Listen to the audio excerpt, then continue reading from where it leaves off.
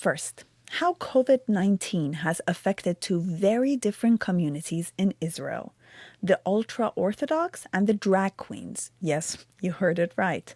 Michael Cheval of BBC Arabic explains how two drag queens have gone from stage to TV thanks to the lockdown, and why ultra-Orthodox communities have been hit harder than others by the virus. Well, actually, the idea for the story came from something positive that I wanted to do for BBC Arabic about weddings, weddings in the era of the coronavirus. But when the first movement restrictions were introduced to the Israeli public in the beginning of March, most ultra-Orthodox communities were unaware or unwilling to cooperate. It took some time until they started complying, and so in the period of the first 2 weeks, we did see that funerals and mass weddings were still being held in ultra-Orthodox communities. On top of that, ultra-Orthodox Jews live in very densely populated neighborhoods, and so they're at a much higher risk than the general population. We know that in this community, there are very strict rules about using technology like internet. How are they keeping up? Yeah, well, first of all, most of them don't own TV sets. They don't necessarily have internet access. And so the daily messages that came from Prime Minister Netanyahu about the limitations of movement and gathering restrictions were not conveyed to them properly. Most ultra-Orthodox communities have billboards, posters where the rabbis post up their instructions on various matters.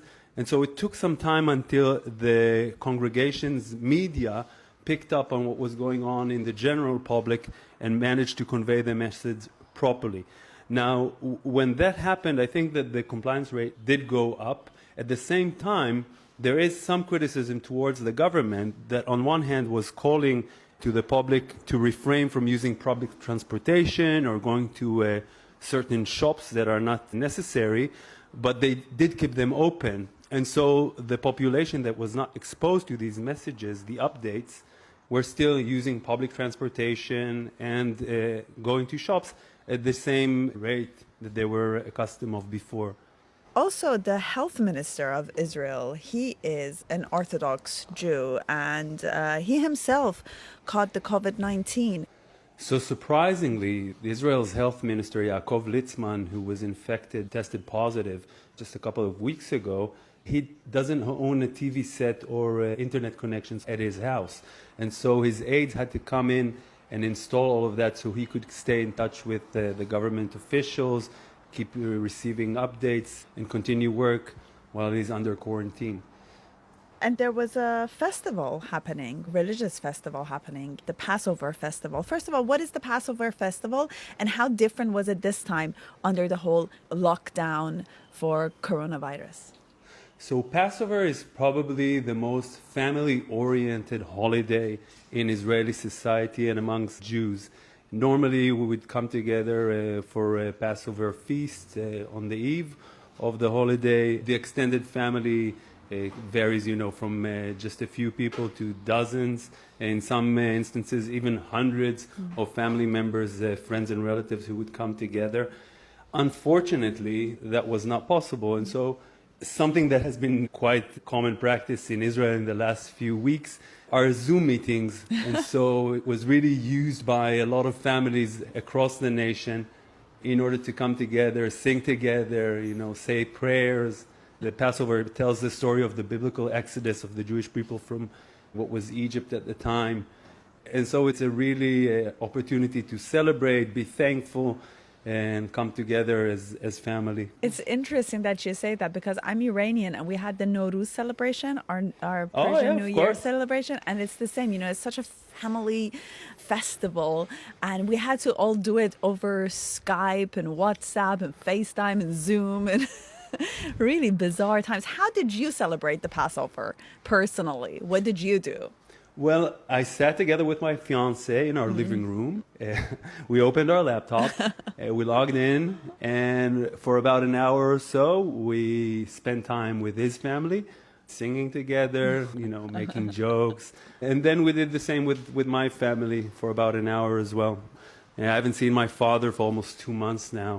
And it was a great opportunity to see a smile on his face. And I'm finding myself dancing in front of the laptop a lot with my friends and stuff on the weekends. I know That's it's a something I little- just did with my niece yesterday. Yeah. I know, I know.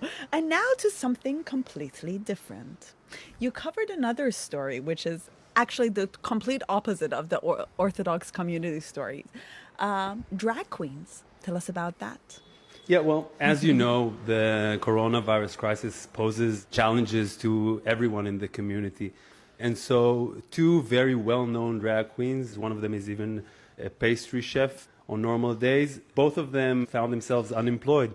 And so, they had to try a way not only to amuse themselves, but also make some income.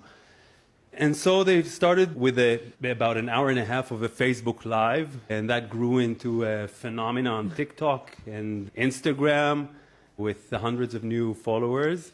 And they really tried to cheer people up. What eventually happened, that was a very pleasant surprise for them, an employee of Channel 24, Israel's music channel, saw that Facebook Live and loved it, and they've decided to give them a TV show.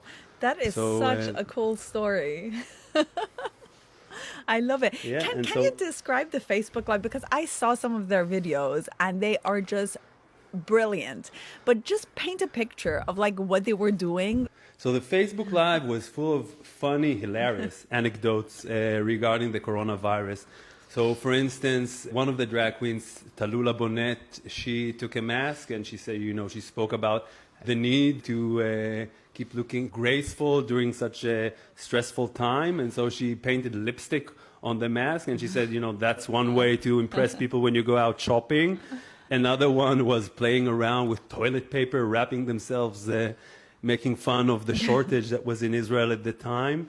And Tziona, who's the pastry chef, gave a tour throughout her fridge. So now they are on TV. Tell us about the show. What's the show about? So the show is quite similar to the Facebook Live. They bring characters from Israeli culture, make fun, and try to ease the tension, lift the spirits of the viewers.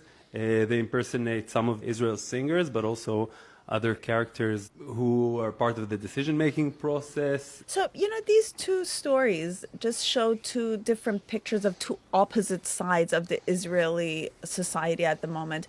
In many parts of the world, there is a feeling that this virus has brought people together. Do you feel a sense of unity right now in Israel because of COVID-19? So I think there's a growing sense of unity in Israel in the past few weeks. People understand that they need to fight this virus together in order to overcome. But at the same time, some criticize others that they're not doing enough to follow the instructions, the movement restrictions. Even over the holiday of Passover, we saw an example by President Ruby Rivlin and Prime Minister Netanyahu, who invited family members over. And that was really frowned upon by the Israeli public, who saw that as a request by leaders to follow certain instructions while they themselves are not doing it properly.